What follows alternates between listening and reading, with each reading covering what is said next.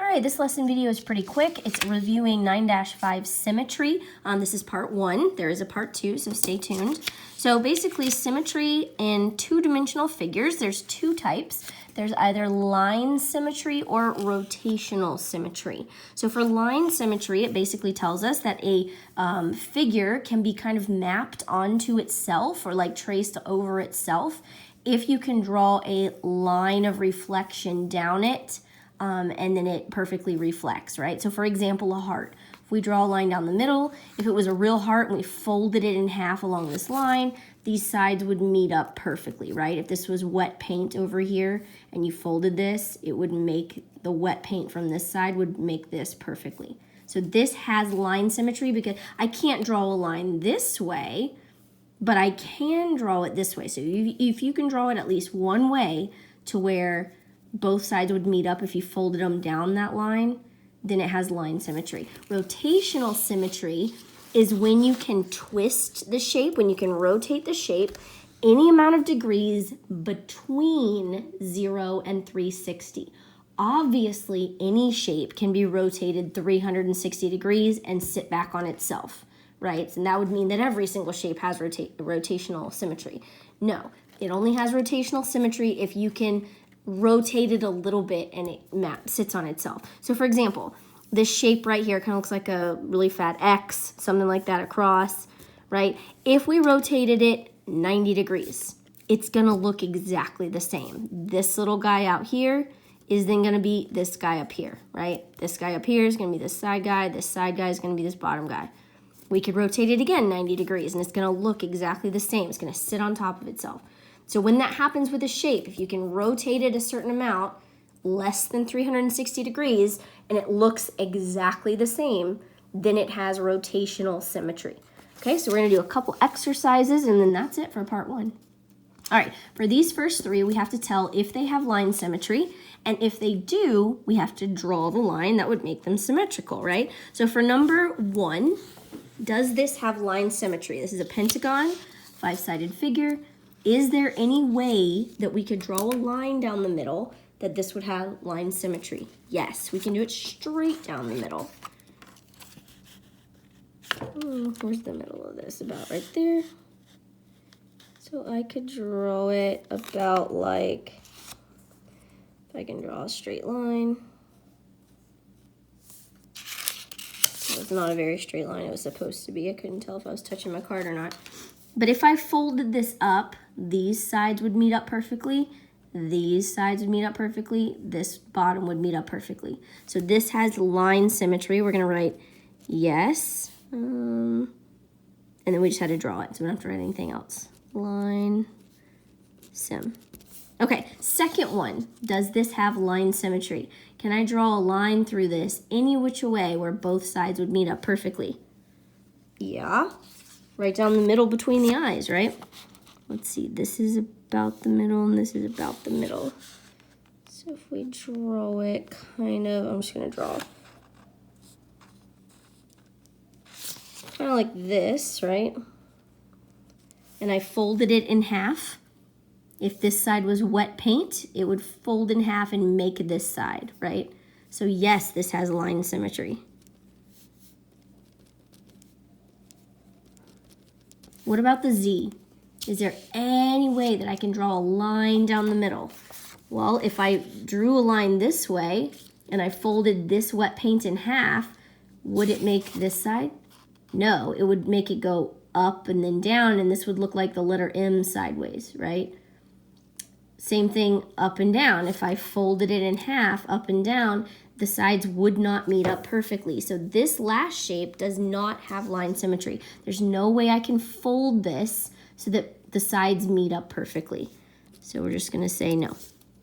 Okay, the next section is, does it have rotational symmetry? And there's 3 problems. So this first one, does it have rotational symmetry? Yeah, if this was like a clicky thing, like kids' toys, you know, you could pick it up, literally move it over a spot and click it back down. This triangle would land here.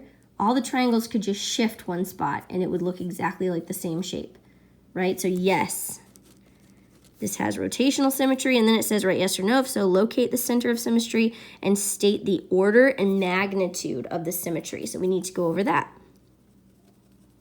Okay, the order of symmetry, of rotational symmetry, is how many times can we move or can we rotate a shape so that it lands exactly on itself again, right? So for this one, we can rotate this triangle here.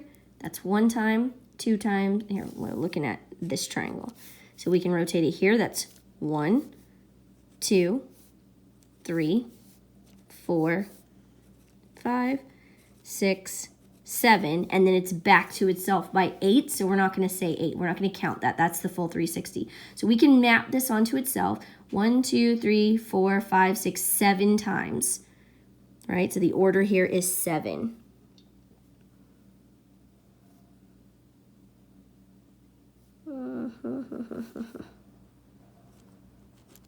And the magnitude is how much, what's the degree of rotation, right? Well, since there's 8 of these little spikes, right, and the full circle is 360, 360 divided by 8 is the same thing as, it goes into 36, 4,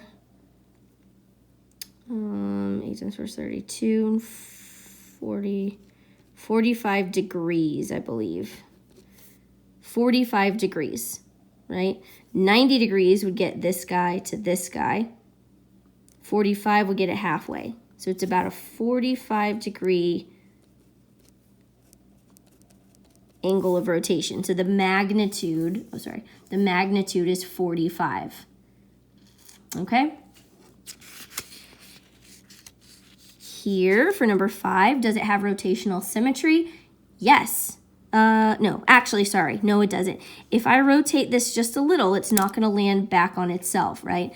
Not until I get all the way back around 360 degrees back to this original spot. So this does not have no rotational sim. To have rotational symmetry, you have to be able to rotate it less than 360 degrees and it lands exactly on itself. This doesn't work that way. Okay, and then number 6, last one, does this have rotational symmetry? Actually, it does. If we put the center of rotation right here and we rotated this 180 degrees, it would land back on itself, right? 180. So that order of magnitude, I'm not sure. I think I'm saying that wrong. I need to double check on that. Okay, I checked. It actually is an order of 2 because we can rotate it 1 time. Now it's halfway around. And then we can rotate it again. We have to have that movement to get it back to the beginning. So that would be another 180 degree rotation.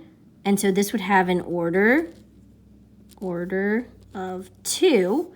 And then the degree of rotation, the magnitude, is 180 degrees.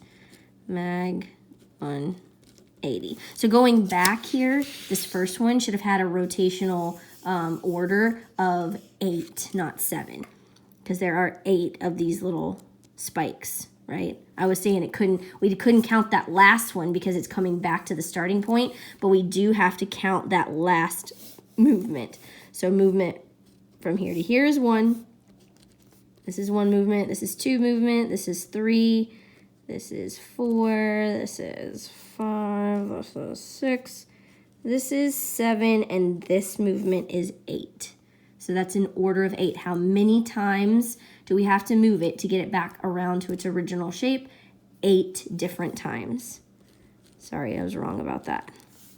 Okay, if you have questions, let me know.